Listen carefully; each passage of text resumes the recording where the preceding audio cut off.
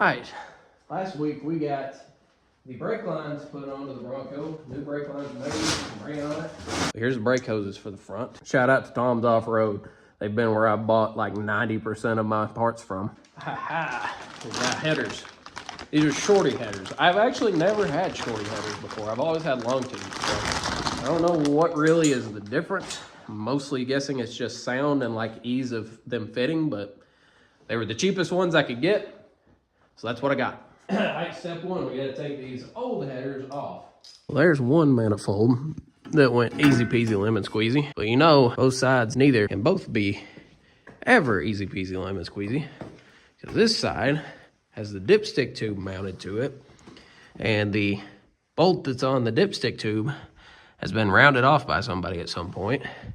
So I'm probably gonna have to cut the head off it just to get that bracket loose. Woo, look at this bad boy. My girlfriend got me this for Christmas. This is the nicest you'll ever see this thing look.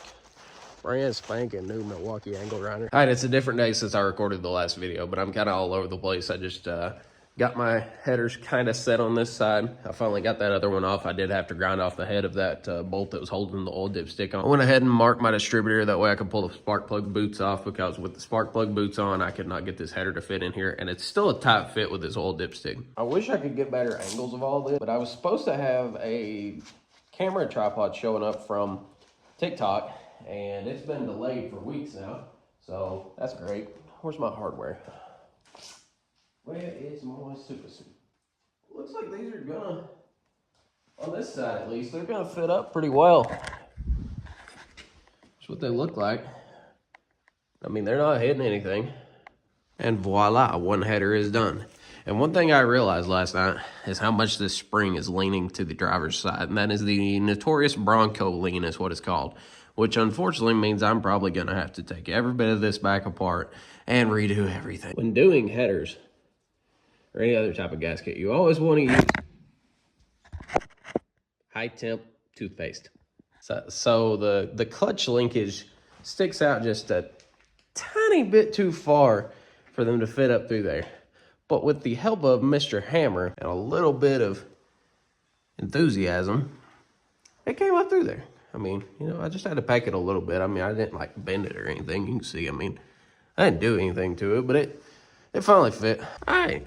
It wasn't too bad, really. I mean, I would definitely recommend the shorty headers from Tom's Off-Road, because that made life a breeze. This side just fell right in. I didn't do anything on this side. Now, on the other side, you know, I had to do some modifications, but pretty easy. All right, it's another new day. We actually got the gas tank hung this week. I didn't get a video of it, but we've got a dude coming to buy my other Bronco body today, too, and I'll try to get a video of us getting that up out of the frozen yard. This Bronco tub makes it up out of here without breaking it in half. I'll be very impressed. I think it's not in good shape. It's about to break in half. We're gonna try to do the body mounts today and get all those ready. I'm trying to get the body on as quick as I can, because it'd be cool to take this thing to Bronco Supercell, and I think it's in April in Townsend, Tennessee, one of the biggest Bronco shows in the U.S. I would love to take it to that, but we have got a lot to do before then, and that's only 2 months away.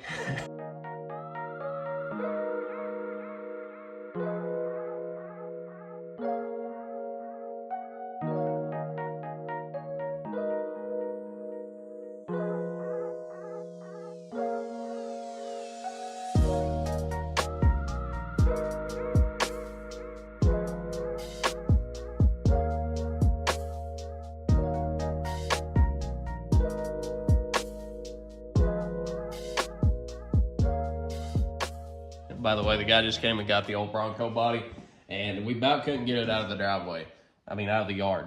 The yard has been so frozen from like negative temperatures, almost negative temperatures here, we about couldn't get the tractor up there with the Bronco on it. It was a really tough time, but the guy was tickled to death with it. He took a bunch of other spare stuff I had from this build that I've replaced, like my coil spring buckets. He took my inner fenders from the old body, a bunch of stuff. He's got a big dream of building a Bronco. He said all he had right now was a front axle, a title, and a frame. Big shout out to him for taking that Bronco body. It was too much. I'm gonna use my old Bronco filler neck, my original one. And it's in good shape up in here, but like back in here, It's in really bad shape. There's a lot of rust. I don't know if I should use this or if I should just buy a new one, because I don't want my brand new plastic tank to get rust in it immediately.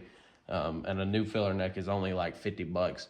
So I might hold off on doing this. But we're gonna probably put the gas fuel line to the, from the stainless steel line to the tank on right now. So this is my fuel line hooked up to the fuel pump right now. I'm just gonna cut off way too much to start off with. I tell you guys what, I know I'm all over the place on this channel, and I'm gonna try to be more professional with this channel, but I also don't wanna just not upload when I've been having a lot of traffic coming into here. You guys have took me to 5,000 subscribers on this channel, which is insane. I uploaded for 10 years on my other channel. It's a gaming channel, but I mean, I uploaded for 10 years on there, and I've only got 13,000 subscribers, and y'all have already surpassed my view count on that channel, and the sub counts went to, you know, a third of what that one is in 2 videos and some shorts uploaded. That's crazy. Let's try to get this fuel line on. Well, my dad said to use a little bit of this gasket adhesive, put it on the fuel neck, and you would never have a leak out of it. So I'm gonna just put some of that all around through here, make a big old mess. I don't want to leak. Don't want to leak this plastic gas tank. You know, that's mainly the reason I bought it, is so hopefully I'll never have to change it again. If you guys have ever had a tank rust out on you, you know what I'm talking about. Slip my filler hose over this. The further up on there we get it, the better. So I'll leave it about as far as I can get it up on here. Go grab me a clamp real quick.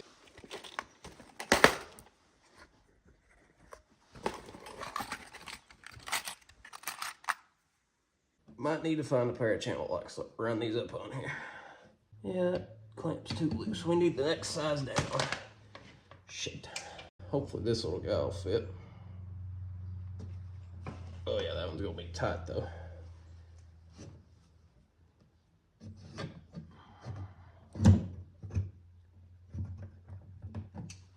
Oh yeah. That worked out good. Now we just gotta run it to the other side. You know, I haven't talked very personal on this account, but I sure do not miss running one of these razor blades every day. I did drywall for the last 3 years, cutting drywall every day with a few million razor blades, and I don't miss it. Shit, my gasket maker's leaked onto my gas tank. Get this round through here, all nice and nasty. But yeah, I did drywall for the last almost 4 years of my life, and recently ended up with a hernia. So now I had to quit doing drywall for obvious reasons. I am gonna need surgery, which sucks a lot, but I guess that's the price you pay when you lift 200-300 pound sheets of drywall every single day. Meanwhile, your body weight is only 150 pounds on a good day. But on the bright side, I've gained a lot of weight back since stopping that job. I gotta slip another ring on there. Don't want to put that on without putting a ring on it. If you like it, you should put a ring on it.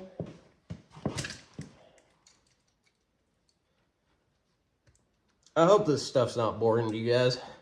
I had somebody on one of my other videos last night say that he would love to watch dirt bike videos.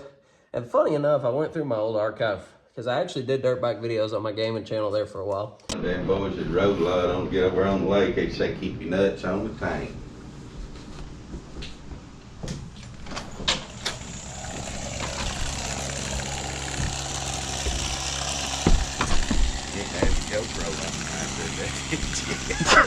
Yeah.